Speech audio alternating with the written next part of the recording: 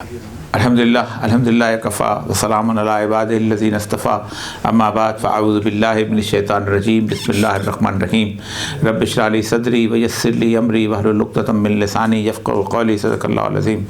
معزز خواتین و حضرات، آج ہماری دوسری نشست ہے اور یہ 5 مارچ ہے 2022 کا۔ اس دوران پچھلی جو ہماری نشست تھی اس کی ویڈیو جاری ہوئی تو ہم نے اس میں لکھا تھا کہ جو لوگ کچھ سوالات آن لائن کرنا چاہتے ہیں تو وہ بھی کر سکیں، تو اس میں کچھ سوالات میرے سامنے آئے ہیں، میں ان کے پہلے آہستہ آہستہ مختصر میں جواب دے دیتا ہوں، پھر اس کے بعد آپ لوگوں جو ہیں ان سے پھر سوالات لیں گے اور اس کے جوابات کی کوشش کریں گے۔ کوشش کیجئے گا کہ اگلی دفعہ سے 3 بجے پورے یہاں سے نشست شروع ہو جائے، کیونکہ 4 بجے کے بعد پھر کوئی دوسرا پروگرام شروع ہوتا ہے، اس لیے اس کے لیے پھر وقت جو ہے ہمارے لیے بڑا مختصر سا رہ جاتا ہے۔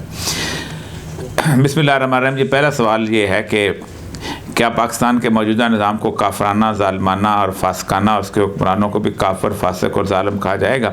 سورہ المائدہ کی ان آیات کے لحاظ سے کہ جو کوئی فیصلے اللہ تعالیٰ کی کتاب قرآن پاک کے مطابق نہیں کرتے وہی تو کافر ہیں، ظالم ہیں، فاسق ہیں۔ من لم یحکم بما انزل اللہ فاولئک هم الکافرون اولئک هم الفاسقون واولئک هم الظالمون۔ یہ 3 چیزیں جو اللہ تبارک تعالیٰ نے کہی ہیں۔ اصل میں بنیادی طور پر پاکستان کا جو آئین ہے یہ بالکل ایسے ہی ہے کہ جیسے ہم نے کلمہ پڑھ لیا ہے اور ہمارے اعمال درست نہیں ہیں، اور کلمہ پڑھنے کے بھی وہ پوری صورتحال جو ہے ویسے ہی ہے جیسے ہم لوگ بچپن میں پڑھ لیا جاتا ہے، اور اس کی وجہ سے ہم کافر تو نہیں کہہ سکتے، لیکن بنیادی طور پر فسق ضرور ہے اور اس کے ساتھ ظلم ضرور ہے کہ ہم نے اس کے اوپر لکھ کے ہم ایک منافقت کر رہے ہیں کہ ہم اس کے مطابق اپنے آئین کے مطابق فیصلے نہیں کر پا رہے، اور اس میں بھی آئین کے اندر کچھ چیزیں ایسی ہیں کہ جو ہم نے خاص طور پہ ایسی رکھ دی تھیں کہ جس کی وجہ سے ہمارے لیے راستے رکے ہوئے ہیں۔ مثلا repugnant no law should be repugnant to, should be بعد والا، پہلے والے کو کیسے ٹھیک کریں گے، کس طرح کریں گے، اور جو ورثے میں ہمیں اینگلو سیکسن لا ملا تھا اس اینگلو سیکسن لا کو ہم نے کسی طور پر بھی درست کرنے کی کوشش نہیں کی۔ ہماری اسلامی نظریاتی کونسل جو ہے وہ بنی ہوئی تھی، اگرچہ کہ ایوب خان کے زمانے میں بھی تھی، لیکن اسلامی نظریاتی کونسل کا بھی یہ ہے کہ یہ اسلامی نہیں ہے، یہ غیر اسلامی ہے، لیکن یہ کبھی اسلامی نظریاتی کونسل محنت نہیں کرتی کہ اس کا آگے جواب کیا ہوگا، متبادل کیا ہوگا۔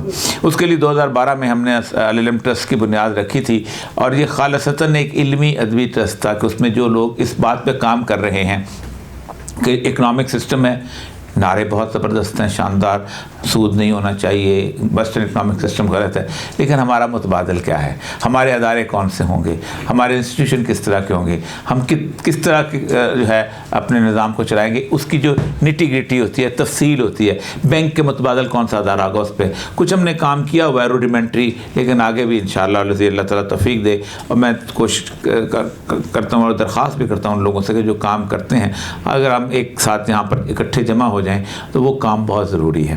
بغیر محنت کے اور بغیر تیاری کے انقلاب نہیں آیا کرتے، نہ دنیا میں بنتے ہوتے ہیں۔ آپ کا ایجوکیشن سسٹم کون سا ہے؟ آپ کا کہاں ہے پڑا ہوا؟ آپ کا پہلے سے لے کے کم از کم 12ویں تک آپ کا سلیبس تو موجود ہونا چاہیے۔ آپ کا لیگل سسٹم کون سا ہے؟ آپ نے کہاں ہے؟ آپ نے 478 کے قریب قانون ہے، کیا آپ ان کو متبادل کر کے تبدیل کر کے بتایا کہ کون سا؟ آپ کو لیگل ایکسپرٹ چاہیے جو اس کو تبدیل کر دیں۔ آپ کا بازار کا سسٹم، اکنامک صورتحال وہ کیسی ہے؟ سوق العدلیہ 1920 میں تھا جو ختم ہو گیا، تو کیسے؟ تو بنیادی طور پر فاسقانہ، ظالمانہ اس طرح ہے کہ ہم ایک منافقت کر رہے ہیں، ہم کہتے کچھ ہیں اور کرتے کچھ ہیں۔ اس وجہ سے اس کو مکمل طور پر تو کفر نہیں کہا جا سکتا، جیسے بہت متشدد پسند رہتے ہیں، پھر اگر کفر کہہ دیں تو یہ دارالحرب ہو جاتا ہے، پھر یہاں سے ہجرت بن جاتی، تو ہجرت تو نہیں ہے، ہم نے تو یہاں کام کرنا ہے۔ ہمیں تو بتایا گیا کہ بنائے، ہجرت تو اسی لیے ہوئی کہ یہ دارالاسلام بنے گا، ہم نے بنانا ہے، ہماری ذمہ داری ہے، اگر ہم نہیں کرتے اس کے لیے جدوجہد تو قیامت میں اللہ تبارک تعالیٰ ہم سے سوال ضرور کریں گے۔ پاکستان نے 75 سالہ غیر سیاسی اور سیاسی جدوجہد کے بعد ہی بھی دین اسلام عملی طور پر نافذ اور رائج نہ ہونے کے کیا اسباب اور علاج ہیں؟ اس پر تو پورا ایک کم از کم 2-3 گھنٹے بلکہ زیادہ کا لیکچر دیا جا سکتا ہے، لیکن اسباب بنیادی طور پر میں جو ذاتی طور پہ سمجھتا ہوں کہ پاکستان کا جو سٹرکچر ہمیں ورثے میں ملا تھا وہ جمہوری تھا، اور اس پہ بڑے لوگ جزبوز بھی ہوتے ہیں کہ راستہ کیا ہے، فلاں کیا ہے، اس جمہوری سٹرکچر میں آپ کسی طور پر بھی ایک مکمل اسلامی نظام کا نفاذ نہیں کر سکتے. خود اللہ تبارک تعالیٰ تعاون تو اکثر من فی الارض یضلوک عن سبیل اللہ، اے نبی اگر تم اکثریت کے کہنے پر چلو گے تو تمہیں یقیناً گمراہ کر دیں گے. ہمارا معاملہ یہ ہے کہ قرآن اس وقت تک اس کا نظام ٹھیک نہیں جب تک 400 لوگ جو ہیں وہ بیٹھے ہوئے پارلیمنٹ، ان میں سے کم از کم 2/3 جو ہیں یا ایک ہاف جو ہیں 272، آج کل 272 ہے میرے خیال، وہ جو اس کو تصدیق نہیں کرتے. لیکن قرآن اپنی تصدیق نہیں مانتا. ایک آدمی بھی اگر قرآن کی تصدیق کر رہا ہے اور پارلیمنٹ میں اکیلا ہے تو وہی کافی ہے، لیکن ہم نے اس کی تصدیق کے اوپر اس کو محتاج کر دیا ہے. اور یہ وہ لوگ ہیں کہ جن کو، ان میں سے اکثریت ایسی ہوتی ہے جن کو نازلہ قرآن بھی پڑھنا نہیں آتا، جن میں اکثریت ایسی ہوتی ہے کہ جنہوں نے زندگی میں کبھی نماز نہیں پڑھی ہوتی، جن میں اکثریت ایسی ہوتی ہے جن کے دین کے ساتھ ان کا تعلق بس واجبی سا ہوتا ہے. مولوی ان کی نماز جنازہ پڑھاتا ہے، مولوی ان کا نکاح پڑھاتا ہے، مولوی ان کے کان میں اذان دیتا ہے، اس کے علاوہ کوئی. ایسے لوگوں کے ہاتھ میں ہم نے قرآن پاک کی نفاذ کو چھوڑا ہوا ہے. تو قرآن پاک کے نفاذ کے لیے میں بنیادی طور پر یہ سمجھتا ہوں کہ جس طرح ہر چیز کے لیے ایک سٹینڈرڈ ہوتا ہے، اس لیے پاکستان میں اگر ووٹنگ کے لیے ایک منیمم معیار مقرر کیا جائے، امیدوار کے لیے نہیں، ووٹنگ کے لیے. دیکھیں آپ 18 سال آپ نے معیار رکھا، ایج کا معیار رکھا. آپ 18 سال سے پہلے والے کے کیوں نہیں دیتے؟ کیوں کہتے ہیں 18 سال میچورٹی ایج ہے؟ ٹھیک، ایک کنڈیشن رکھ دی آپ نے. آپ 12 سال کے ذہین بچے کی 13 سال کے بہترین ذہین بچے کا ووٹ نہیں لیتے، لیکن 86 سال کا فاتر العقل جس کی یادداشت چلے گئی ہو جاتی ہے، جس کے ہاتھ کانپ رہے ہیں، اس کا ووٹ لیتے ہیں. جس کا مطلب یہ ہے کہ آپ بنیادی طور پر ووٹ نہیں لے رہے، آپ فراڈ کر رہے ہیں. تو اس فراڈ کو ختم کرنے کے لیے بہتر تو یہ ہوتا ہے کہ آپ کسی نہ کسی طریقے سے آپ سارے کا سارا جو ہے سسٹم جو ہے اس کے اندر ووٹنگ، اور یہ ووٹنگ اسی وقت ٹھیک ہو سکتی ہے کہ جب ہم اس پورے نظام کو اگر جمہوری کرنا بھی ہے تو اس کو اللہ اس کے رسول کے تابع، کیونکہ اصل میں جمہوریت ہمارا لفظ ہے، مطلب جمہور مسلمانوں کا لفظ ہے، لیکن اس میں رائے دینے والے کی اہمیت. پاک اسلام میں 62 اور 63 جو ہے وہ امیدوار پر لاگو نہیں ہوتی، ووٹر پر لاگو ہوتی ہے. جب ووٹر پہ لاگو کرے گے تو امیدوار خود بہت ٹھیک ہو جائے گا. تو ہونا چاہیے کہ آپ کو ایک ووٹنگ کارڈ بننا چاہیے، اس کی کوالیفیکیشن ہونی چاہیے، اس کا ایک بار ہونا چاہیے. وہ جب تک آپ وہ اچیو نہیں کریں گے آپ آگے نہیں لے گا. دنیا پوری میں ہوتا ہے. آپ ایسے تو نہیں ہوتا کہ آپ نے ایک میڈیکل کالج کھولنا ہے تو آپ علاقے کے اندر جا کے ووٹنگ کر دیں گے جی کون کون سے ہم پیتھولوجی رکھیں فلاں رکھیں. نہیں، وہ نہیں کریں گے. ایک مل مالک جو ہے اس نے اگر اپنا ایک اور یونٹ لگانا ہے تو مزدوروں سے رائے نہیں لیتا. وہ کہتا ہے ٹیکنیکل بندے بلاؤ، میں یہاں پر کھپت ہے نہیں ہے، میں کون سا یونٹ لگاؤں، ٹیکسٹائل کا لگاؤں، کسی اور کا لگاؤں. تو یہی مسئلہ ہے اصل. تو بنیادی طور پر اس وجہ سے ہمارا معاملہ جو ہے وہ زیادہ خراب ہوا ہے. اچھا، یہ بالکل ایسا تصور اسلام میں تصویر بنانے، کھنچوانے اور دیکھنے کا کیا حکم ہے، چاہے وہ اخباروں میں آنے والی تصویریں ہی کیوں نہ ہو؟ اصل میں اس میں فقہا کی بہت بڑی رائے. میں عموماً ایسے سوالوں کا اس لیے جواب نہیں دیتا ہوں کہ یہ میرا میدان نہیں ہے، یہ فقہ کا میدان ہے اور اس کے اوپر بڑی کافی ساری باتیں ہوتی ہیں، میں فالو کرتا ہوں. تو اس وقت دنیا میں شاید کوئی بھی ایسی فقہ والے نہیں ہیں کہ جو تصویر نہ کھنچواتے ہوں اور تصویر نہ لگاتے ہوں اور ویڈیو نہ بناتے ہوں اور یوٹیوب چینل نہ ہوتے ہیں. کوئی بھی نہیں ہے. اب لوگوں نے اس بات کو تسلیم کر لیا ہے. مجھے صرف اس حدیث سے اس کا میں دیتا ہوں کہ بنیادی طور پر نیت بہت امپورٹنٹ ہے. سید الانبیاء صلی اللہ علیہ وسلم کے ایک دفعہ آپ کے گھر پہ دروازے پہ ایک پردہ تھا، اس میں کچھ تصویریں تھیں. تو تصویریں دیکھتے ہوئے آپ نے کہا کہ یہ پردہ مجھے ڈسٹرب کرتا ہے، اس کو ہٹا دیں. تو ہٹا دیا تو حضرت ابو دردہ جیسے وہ پردہ لے گئے. تو ایک دن حضرت عمر گزرتے ہوئے کہیں گزرے تو حضرت ابو دردہ کے گھر گئے تو انہوں نے اس کا تکیہ بنایا ہوا تھا. تو انہوں نے کہا کہ ابو دردہ یہ تم نے وہی پردہ جو رسول اللہ نے تھا تو تم نے اس کا تکیہ بنایا؟ کہا میں نے اجازت لے لی تھی. انہوں نے کہا آپ تکیہ بناؤ اس کا. تو اس کا مطلب یہ ہے کہ کہیں نہ کہیں کوئی نہ کوئی صورتحال ایسی ضرور ہوتی ہے کہ جس کی وجہ سے آپ اس کی پرمیشن، اس لیے اب تو فقہا نے اجازت دے دی. پہلے زمانے میں ہوتا تھا کہ جب اس کی اجازتیں نہیں ہوتی تھی، اب صورتحال جائیے. تو یہ بنیادی طور پر یہ سوالات تھے. ایک دو سوالات میرے خیال ہے نیٹ پہ بھی کچھ آئے تھے تو وہ میں دیکھ لیتا ہوں اگر وہ ہاں یہ والا زیادہ ترین صورتحال کے حساب سے کہ کیا پاکستان امریکہ کے بعد روس پر اندھا اعتماد کر سکتا ہے، جبکہ یہ بات عیاں ہے کہ روس کو توڑنے میں کلیدی کردار روس کا جھکاؤ اب بھی انڈیا کے ساتھ ہے بنسبت پاکستان. جی بالکل ٹھیک ہے، قطعاً بھروسہ نہیں کرنا چاہیے. اللہ تبارک تعالیٰ نے خاص طور پر فرمایا کہ لا تتخذوا یہود و نصارى اولیاء، تم یہود و نصارہ کو جو ہے وہ اپنا دوست مت بناؤ. تو بڑی صاف سی بات ہے. تو دوست بنانے والی تو بات ہی کوئی نہیں ہے. کسی طور پر بنایا ہی نہیں جا سکتا. لیکن یہ ہے کہ آپ کی اسٹریٹجک پارٹنرشپ ہوتی ہے وہ ہمیشہ رہی ہے. ایک زمانے میں رسول اکرم صلی اللہ علیہ وسلم جب مدینہ آئے تو اسٹریٹجک پارٹنر کی رکھی لے. لیکن آپ اندازہ کریں کہ جب آپ جنگ کے میدان میں اترتے ہیں تو جنگ کے میدان میں کوئی پارٹنرشپ نہیں ہے کسی طور پر بھی.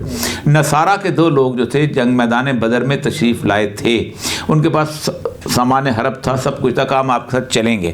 کہا نہیں آپ نہیں جاؤ گے, یہ ہماری جنگ ہے, ہم لڑیں گے, خود لڑیں گے. اور انہوں نے خود لا کے لڑی. تو اصل مسئلہ وہی ہے نئے طور پر کہ آپ جو ہے وہ کس حد تک اس پہ ٹرسٹ کر سکتے. تھوڑا بہت ہوتا ہے. ایک وہ مشہور آیت ہے اس سے لوگ کہتے ہیں کہ جو بولے تجددنا والی جو آیت ہے کہ اس میں نے بھی اس پہ بات کی تھی کہ تمہارے کو دوستی ہوگی کسی طرح تو نصارہ میں سے ہوگی. اور لیکن اس میں اللہ نے شرط بڑی رکھ دی کڑی قسم کی کہ وہ اس میں پرہیزگار بھی ہوں, تجدد گزار بھی ہوں, اور وہ مستکبرین میں نہ ہوں, یعنی تکبر نہ کرتے ہوں. تو یہ بہت بڑی کٹر قسم کی شرط ہے. تو اس لیے مجھے تو نہیں, میں نہیں سمجھتا ہوں کہ بھروسہ اس طرح کا کرنا چاہیے. باقی سب ٹھیک ہے جی. ملما تو خلیج فارس میں کشتیاں بند ہو جانے کے بعد شروع ہوگی تو کیا یوکرین جنگ خلیج تک پھیل جائے گی؟ دیکھیں ملما جو ہے نا, ملمۃ الکبریٰ, اس کے بارے میں اتنا وسیع یہ مضمون ہے اور خاص طور پہ پیشگوئیوں کے بارے میں ہے. تو اس کے لیے کوئی خاص چیز بتائی نہیں جا سکتی کہ کون سی کب کس وقت شروع ہوگی. لیکن اس کی بنیادی آپ نے وجہ بتائی ہے, جو ایک ٹائم لائن جو میں حدیث بار بار سناتا ہوں, عمران البیت المقدس, بیت المقدس کی آبادی, یعنی بیت المقدس will become the center stage of the world. خراب الیثرب, یثرب کی ویرانی, خراب الیثرب, خروج الملحمہ. کیونکہ امام مہدی جو ہیں ان کی جو بیسیکلی آمد ہے وہ بیسیکلی مدینے سے بھاگ کے مکہ آنا. اس کا مطلب کہ مدینہ جو ہے یہ لیویبل نہیں رہ جائے گا, پرامن شہر نہیں ہوگا, لوگ وہاں رہ نہیں پائیں گے, اتنی بڑی لڑائی کو چل رہی ہوگی.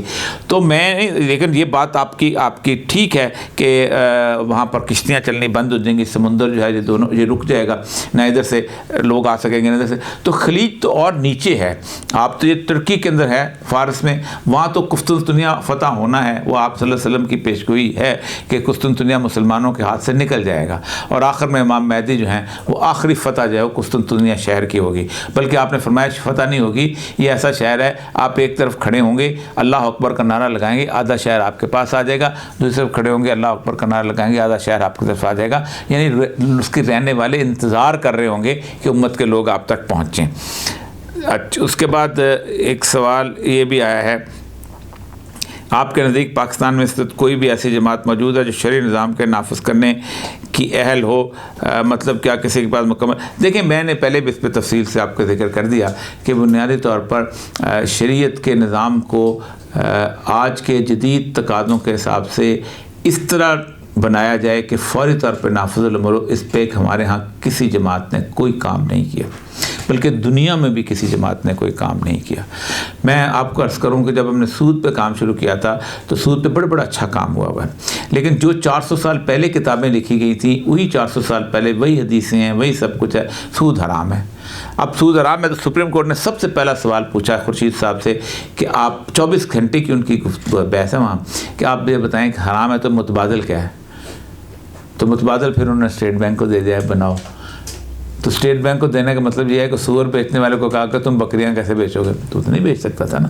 تو ہمارے اس سے تو ایک سیریس کام نہیں, اسی لیے 2012 میں ہم نے اس ٹرسٹ شروع کیا تھا کہ یہاں لوگ آئیں اور آ کے بیسیکلی کام کریں اور آ کے اس کو انٹلیکچوئل آئیں, کیونکہ ہمارے ہاں ہر طرح کی تنظیم کی موجود ہے, ڈنڈے مار بھی ہے, جمہوریت والی بھی ہے. ہمارے یہاں انٹلیکچوئل تھنک ٹینک کی کمی ہے. دیکھیں اسلام بنیادی طور پر آپ کا جب تتیلیہ کا مدرسہ تھا, جو بغداد کا مدرسہ تھا, جو ابو حنیفہ کا مدرسہ تھا, جو کوفہ کا, یہ علمی مدرسے تھے, یہ جلوسوں والے نہیں تھے, یہ جلسوں والے. ان کا کام ہے کہ آج امت کھڑی ہوئی ہے. امام ابو حنیفہ کی جو فقہ تھی, امام ابو یوسف کی جو نظام کتاب العدل ہے, جو ان کی کتاب الخراج جو ہے, جو وہ ان کی کتاب آج تک ایک بنیاد بنی ہوئی ہے اس کے اندر. ان لوگوں نے کام کیا, ہم نے کام نہیں کیا. ہم نے صرف فتاویٰ دیے ہیں, جواب دیا, انہیں پیچھا اٹھایا تھا. دین کو آج کے مطابق کیسے کرنا ہے, مطلب ایجوکیشن سسٹم ہی آپ لے لینا, ہم نے کوئی ایجوکیشن سسٹم کا کام نہیں کیا. آج مجھے ایک اسلامی اسکول کھولنا پڑ جائے تو میں کہاں سے کتابیں اس کو دوں گا؟ مجھے وہی اس کو سنڈریلا ہی پڑھانی پڑے، کیونکہ ظاہر بات ہے اس کو میں نے بچے نے نوکری بھی تو کرنی ہے، ساری بات ہے، ہم نے علم تو تعلیم کے ساتھ. تو بنیادی طور پر مجھے نہیں لگتا کہ تنظیمیں بہت ہیں ماشاءاللہ، لیکن آج کسی کو اللہ اقتدار دے دے. جیسے MMA کو 5 سال اقتدار ملا نا، آدھے گھنٹے کا بھی قانون نہیں بنا سکے. ایک حسبہ بل بنایا، وہ بھی ڈنڈے مار بل تھا، وہ آگے جا کے رہ گیا.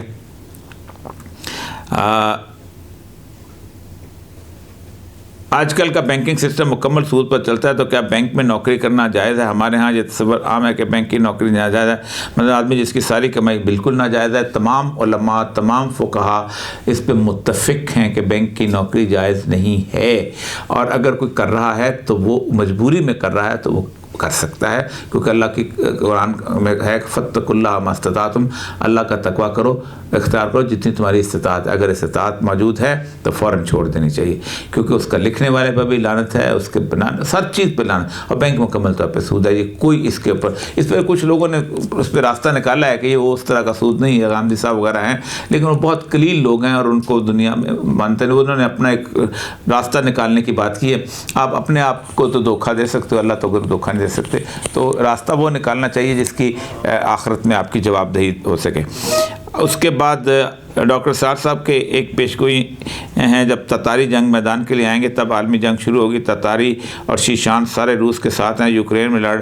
دیکھیں ابھی عالمی جنگ کا نقشہ اس طرح کا بنا نہیں ہے، کئی جگہوں پہ بنے گا. آخری جب عالمی جنگ اصل شروع ہونی ہے، اس کی میں نے پچھلے دفعہ بھی نشانی بتائی تھی، وہ یہی ہے کہ امام مہدی کی جب بیعت ہوگی، اور وہ ہوگی رکن یمانی اور اس کے درمیان، حجر اسود کے درمیان، اور وہ بیعت جب ہوگی تو پتہ چلے گا کہ ایک لشکر ترتیب دیا جا رہا ہے. تو اس لشکر کی مخالفت میں شام میں ایک شخص حکمران ہوگا، کہیں اس کے کہا گیا کہ بنی کلب میں سے ہوگا، کہیں کہا کہ اپنا نام سفیانی رکھے گا. تو وہ لشکر بھیجے گا امام مہدی کے مقابلے پہ. کہیں امام مہدی نام ہے، کہیں خلیفہ ہے، کہیں کچھ ہے، وہ بھیجے گا کہ اس کو روکو، اس بندے کو وہاں پر، یہ کیا ہو گیا. تو کیونکہ اور آپ اندازہ کریں امت جو ہے اس کو بالکل نہیں پتا ہوگا کہ یہ کیا ہو گیا. تو وہ لشکر بیضا کے مقام پہ دھسا دیا جائے گا. اللہ جو ہے نا ایک بہت بڑا زمین شک کرے گا، دھس. وہ ایک واحد نشانی ہوگی جس سے پتا چلے گا کہ ملامت الکبریٰ شروع ہو گئی ہے. ورنہ اس سے پہلے اگر مسلمان آپس میں تلواریں نکالیں تو میں سید سعد بن ابی وقاص رضی اللہ تعالیٰ عنہ کی وہ بات آپ کو بار بار دہراتا ہوں، امام احمد بن حنبل کی بات بھی دہراتا ہوں. آپ کے پاس حضرت علی گئے جنگ جمل کے وقت اور جنگ صفین کے وقت، تو انہوں نے کہا میرے رسول صلی اللہ علیہ وسلم نے، میرے دوست نے مجھے کہا تھا کہ دیکھو جب مسلمانوں کے درمیان آپس میں تلواریں نکلیں تو اپنی تلوار توڑ کے اود کے پہاڑ میں پھینک دینا. امام احمد بن حنبل سے پوچھا جنگ جمل اور جنگ صفین کے بارے میں آپ کا کیا خیال ہے؟ انہوں نے کہا اللہ تبارک تعالیٰ نے ہم پہ اتنا بڑا کرم کیا، اتنا بڑا رحم کیا کہ ہمیں اس دور میں پیدا نہیں کیا. اگر ہمیں اللہ اس دور میں پیدا کرتا تو ہمیں فیصلہ کرنا مشکل ہو جاتا. تو اگر ہمیں اللہ نے یہ کرم کیا ہے کہ ہماری تلواروں کو محفوظ رکھا خون سے، تو ہم اپنی زبان کو بھی محفوظ رکھیں. یہ ہم پہ اللہ تعالیٰ کے کرم کا احسان ہے. وہ تھے، وہ امت تھی، وہ گئے اپنا ایسا آئے و شاک گئے وعدہ فردہ لے کر، وہ زمانے کی بات ہے. اگر یورپ آپس میں لڑ کر برباد ہوتا ہے تو عیسائی استنبول کب اور کیسے چھینیں گے؟ کیا استنبول ورلڈ وار سے پہلے نہیں؟ دیکھیں عیسائی ایک تو جیتے گا. آپس میں لڑ کے آپ خواب نہ دیکھا کریں کہ آپس میں لڑ کے تباہ ہو جائے گا تو ہماری دنیا بن جائے گی.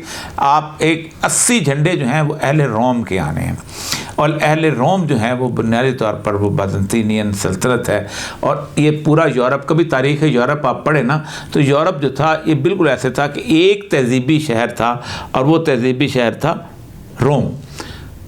اس سے پہلے یونان، یہ جو عیسائیت ہے سب سے پہلے یونان میں گئی ہے. اس لیے پرانے جو بائبل کے نسخے ہیں وہ یونانی زبان میں، عبرانی کا نسخہ اب نہیں ملتا. تو یونان سے وہ ٹرانسفر ہو کے یہاں آئی تھی، وہاں سے پھر 2 حصوں میں تقسیم ہو گئی تھی. یہ جو رومن بادشاہ تھا اسی کی بادشاہت تھی فلسطین میں، اسی کی بادشاہت تھی مصر میں، ٹرائبیونز وغیرہ وہاں جاتے تھے. یہ کلیوپیٹرا کی کہانیاں آپ نے پڑھی ہوئی. تو پورا یورپ ایک قسم کا ایسے تھا جیسے ہمارا بلوچستان ہوتا ہے، یا ایران کے کوئی پیچھے پورا علاقے، یا اس کے انڈیا کے اندر سے ایسے جو بے آباد سے علاقے جہاں تہذیب مستقل. لیکن وہ جرمنس اور کوسیک اور ان کو سینٹرل ایشیا، کیونکہ میسیڈونیا میں الیگزینڈر تھا، اس وجہ سے یہ پورا اہل روم بن جاتا ہے، اور اہل عرب جو تھے وہ مسلمان صورتحال تھی۔ تو 80 جھنڈے جب نکلیں گے، ہر جھنڈے کے نیچے 12,000 لوگ ہوں گے، 9,60,000 فوج ہوگی، تو وہ سارے ہوں گے نا تو نکلے گے۔ اور اس کے اندر آپ سے فرمایا کہ جب وہ یہاں آئیں گے، لڑائی ہوگی، تو جو مسلمان یورپ میں رہ رہے ہوں گے ان کو قتل کرنا شروع کر دیں گے، اور کوئی بچہ نہیں بچے گا، کوئی عورت نہیں بچے گی، کوئی مرد نہیں بچے گا۔ اس حد تک اتنی تفصیل سے رسول اللہ صلی اللہ علیہ وسلم بتایا۔ تو ایک تو یہ ہے، اگر یورپ اس میں اچھا حدیث کے اندر تیسری عالمی جنگ میں مسلم اور عیسائی باہم اتحادی ہوں گے، یہ نہیں، یہ غلط ہے۔ تیسری عالمی جنگ میں مسلمان باہم، ایک جگہ کہا ہے کہ کچھ وعدے کر کے آپ ایک لڑائی لڑو گے اور اس کے بعد پھر وہ آپس میں دھوکہ دیں گے، اور پھر عیسائی کچھ یورپ کے لوگ آپ کے پاس آ جائیں گے۔ یہ بڑی تفصیل کی بات ہے، ہمیں اس میں فی الحال جانے کی ضرورت نہیں ہے۔ ہم بہت زیادہ جو ہے پیش گوئیوں پہ پڑ جاتے ہیں۔ اللہ تبارک تعالیٰ نے نام سے پیش گوئیاں پوچھنی ہے نا کچھ، اللہ نے کہنا ہے کہ تم آج اگر میری موت ہو جاتی ہے تو میں اللہ کو یہ کہوں گا میں امام مہدی کا انتظار کر رہا تھا۔ اللہ کہے گا تم کیا کر رہے تھے اس وقت، یا میں تیسری جنگ کا، میں یورپ کے مرنے کا اس کا انتظار کر رہا تھا۔ تو یہ بنیادی طور پر اصل مسئلہ یہی ہے۔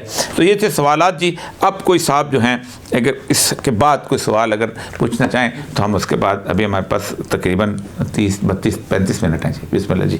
بینکنگ میں جی آپ نے جو بات کہی تھی کہ جی اس میں جو شرعی بینکنگ بھی ہے، جیسے میزان بینک ہے یا اور ہے، تو جی ان کی کیا ہے حیثیت ان میں؟ تو دیکھیں، ایک طبقہ علماء کا یہ کہتا ہے کہ یہ غیر سودی بینکاری ہے، لیکن یہ اس کو اسلامی بینکاری نہیں کہتے۔ مفتی تقی عثمانی صاحب ہوں یا کوئی اور ہو، یہ اس کو اسلامی بینکاری نہیں کہتے۔ اس کی وجہ یہ ہے کہ یہ وہ شرائط پوری نہیں کرتی جو بنیادی طور پر اسلامی بینکاری کی ہوتی ہیں، جو مکمل طور پہ سود سے پاک صورت ہے۔ مطلب میں آپ کی مثال آپ کو دے دیتا ہوں کہ آپ نے ایک گاڑی خریدنی ہے، چلو گاڑی اس کے بھی چھوڑ دیں، میں ایک واپڈا کا چیئرمین ہوں، میں ایک بہت بڑا ڈیم بنانا چاہتا ہوں، اور میں چاہتا ہوں کہ میں ڈیم کیسے بناؤں۔ تو میں ڈیم بنانے کے لیے ایک خاص طور پہ ایک تنظیم بناتے ہیں، اس کو کہتے ہیں اسپیشل پرپز وہیکل۔ اس کے اندر 5 ڈائریکٹر واپڈا کے ہو گئیں گے اور 4 ڈائریکٹر جو ہیں وہ اس پرائیویٹ ہوں گے۔ یہ مل کے ایک سٹڈی کروائیں گے جس کو کہتے ہیں ویلیویشن سٹڈی، کہ ڈیم کتنے میں بنے گا۔ سٹڈی ہو جائے گی 15 ارب روپے کی۔ وہ پھر 15 ارب روپے کہاں سے آئیں گے؟ تو میزان بینک کو کہیں گے کہ آپ اس کے بانڈس، جس کو سکوک کہتے ہیں، وہ جاری کریں۔ تو میزان بینک وہ جو سکوک جاری کرے گا، جب وہ سکوک جاری کرے گا تو اس سے ڈیم بنے گا۔ وہ ڈیم چونکہ ابھی میرا ہے، نہیں ہے ہوا، تو وہ ڈیم میں استعمال کر رہا ہوں گا، ملکیت کس کی ہوگی؟ Special purpose vehicle. تو میں اس کا قرضہ وہاں سے اترے گا اور میں کرایہ دوں گا۔ اب وہ کرایہ جو ہے وہ ہم دونوں میری ہیں، تو ہم نے ایک فراڈ بنایا نا، اس کرائے کو ہم صبح سویرے لائبر کا ریٹ دیکھتے ہیں، کائبر کا ریٹ دیکھتے ہیں، اس کے حساب سے ہم کرایہ دیتے ہیں۔ تو اس کا مطلب یہ ہے کہ بنیادی طور پر ہم اللہ کو دھوکہ دینے کی کوشش کرتے ہیں، جو کہ نہیں دیا جا سکتا۔ کوئی آج تک ایسا ہوا ہے کبھی کہ آپ صبح سویرے اٹھیں، آپ نے مکان کرائے پہ دیا ہو تو صبح کائبر کا ریٹ ڈھونڈیں کہ آج کرایہ جو ہے 15 روپے ہے تو کل 16 روپے ہو جائے گا، پرسوں؟ ایسا نہیں ہوتا۔ تو بنیادی طور پر جو بیسک چیز میں سمجھتا ہوں اسلامک بینکنگ کی، جس کے اوپر ہم نے کام بھی کیا، کہ 4 بنیادی فنکشن ہیں، بلکہ 3 بیسک سمجھ لیں جو بینک ادا کرتا ہے۔ پہلا، بینک یہ کام کرتا ہے کہ کنزیومر لون دیتا ہے، 50,000 روپے، 5 لاکھ روپے، 10 لاکھ روپے۔ یہ پاکستان میں کوئی بھی اسلامی بینک یہ کنزیومر بینک لون نہیں دے رہا۔ میں بڑے واضح دعوت سے کہہ رہا ہوں، یہ صرف امجد ثاقب کی قوت دے رہی ہے۔ اور کنزیومر لون جو ہے اس کے لیے اگر آپ ریاست جو ہے وہ اس کی اسٹاف کی ذمہ داری لے لے تو باقی کو، اور 99% اس کی واپسی کی شرح ہے۔ ایک نمبر 2 کے اوپر یہ ہے کہ ہم کچھ لوگوں کو زبردستی ٹھڈے مار کے بینک میں بھیجتے ہیں۔ وہ ہیں آمپین، یہ تقریباً 2 کروڑ 70 لاکھ یا 80 لاکھ کے قریب بینک کے کھاتہ دار ہیں، جن میں 2 کروڑ 10 لاکھ کے قریب وہ ہیں جو کہ 10 لاکھ سے کم ہیں۔ عام آدمی میں ہو گیا، تنخواہ لے رہا ہے، عام چپراسی ہو گیا۔ اب فار ایگزامپل میں جس ٹی وی میں کام کرتا ہوں، اس ٹی وی میں کم 200 لوگ ہیں، وہ 4 بندوں کا اگر ایک تنظیم بنا لے کہ جو بینک کے طور پہ کام کرے، چیک وصول کرے لے، ان 4 بندوں کی تنخواہ دے تو وہ بینک میں نہیں جائیں گے۔ وہ جب اگر 1000 کا چیک دے تو لے لے، 2000 کا صبح سویرے آئے جائے کرتا رہے، تو وہ ایک تو آپ کے 2 کروڑ 10 لاکھ تو یہاں سے نکل گئے۔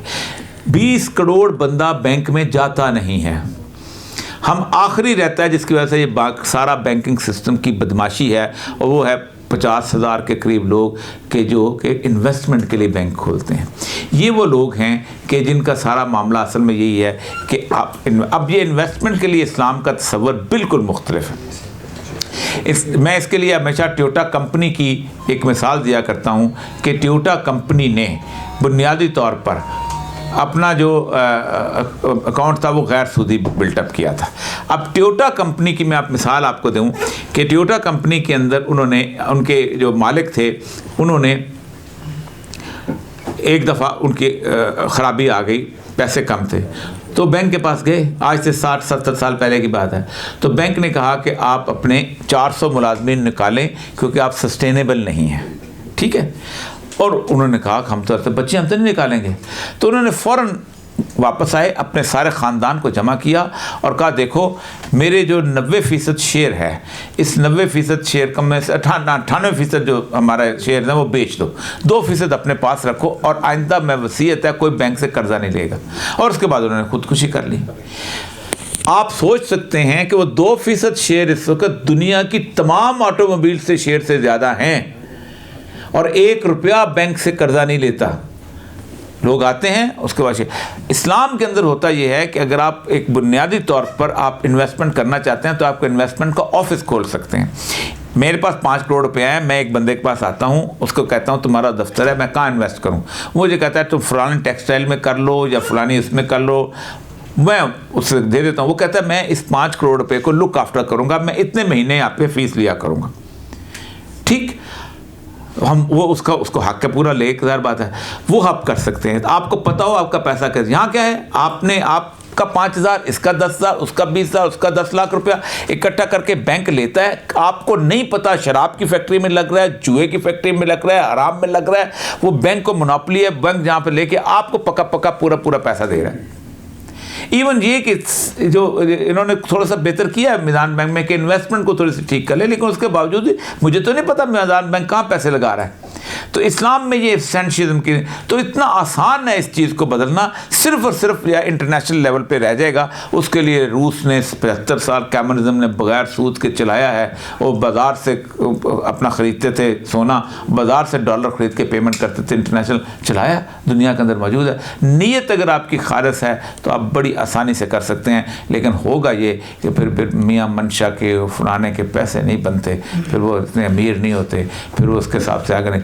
اصل مسئلہ یہی ہے. اور پھر یہ نہیں ہوتا کہ آپ سے پیسے لیے اور A1 اور جو M1 اور M2 کے حساب سے آپ نے اس کو جو آگے بڑھاتے گئے, اور اسے ہوتا یہ اسی میں سے آپ پھر وہ جو ہوتا ہے سیاستدانوں کو بھی پیسے دیتے ہیں. حبیب والا جو کیا نام تھا اس کا بینک پر, ہاں وہ پیسے دیتا ہے. وہ جو پشاور والا جو مجور کیس ہوا تھا وہ یہ پھر پیسے نکلتے ہیں. اور اس میں سب سے اہم ترین چیز جو ہے وہ ہے جو آرٹیفیشل کریڈٹ کریٹ ہوا ہے, جو کاغذ کی کرنسی. اس میں لمبی بات ہے لیکن اتنا مشکل کام نہیں ہے اگر صرف ایک حکمران کی نیت ٹھیک ہو. یہ صرف ایک دن کے اندر یہ معاملہ ٹھیک ہو سکتا ہے. جس ملک کے اندر 20 کروڑ لوگ بینک کی شکل نہ دیکھتے ہوں اور 2 کروڑ بینک کی شکل دیکھتے ہوں, اور ان میں سے 1.5-2 کروڑ قریب وہ ہوں کہ جن کے لیے آپ سیکریٹریٹ میں ایک بینک کھول دیں جس کے 15 بندوں کی تنخواہ سیکریٹریٹ دے, سیکورٹی کی دیتے ہو نا, اور اس کو سود نہ لے, صرف ان کا آنا جانا. آپ کتنے آپ کے ملازم ہیں کہ جو سود پہ پلتے ہیں؟ ایک بھی نہیں پلتا. وہ بیچارے تو اس کے تنخواہ پہ بینک میں پیسے کوئی نہیں ہوتے. ایک ایجوکیشن انسٹیٹیوشن کے لوگوں کی میاں عامر صاحب جو ہیں یا دوسرا جو ہے وہ ایک اس کے اندر ایک ونڈو کھول دے بینک کی کہ جو چیک وصول کرے لیکن سود نہ لے, اس کی جو ایڈمنسٹریٹو چارجز ہے وہ آرگنائزیشن دے دے, ختم. بکواس کرتے ہیں وہ لوگ جو کہتے ہیں کہ سود ختم نہیں کیا جا سکتا ہے اس ملک سے. انٹرنیشنل روز رہ جاتا ہے. اللہ کہتا ہے فتقوا اللہ ما استطعتم, تقوی اختیار کرو جتنی تمہاری استطاعت ہے. جہاں تمہاری استطاعت ہے وہاں تو کچھ کرو. جی, پیٹرول کی جو عمران خان صاحب نے قیمت کم کی ہے اور میڈیا میں ایک ہائپ کریٹ کی گئی کہ بلاول کے بیان پہ اور نون لیگ کی تحریک, کیا یہ پرانے جانوروں کو نلا دلا کے, کیونکہ پاکستان میں اب پاکستان کے جو ٹھیکیدار ہیں ان کے پاس عمران خان کے بعد نیکسٹ کچھ نہیں ہے, سارے یوز ہو چکے ہیں, سب نے جو پاکستان کو جتنا برباد کرنا, تو کہ یہ پلان سے جان بوجھ کے ایک ڈرامہ پھر کہ نون لیگ اور پیپل پارٹی ابھی زندہ ہے, اگر یہ فلوپ ہوتا ہے تو وہ آلٹرنیٹ پھر انہی کو دوبارہ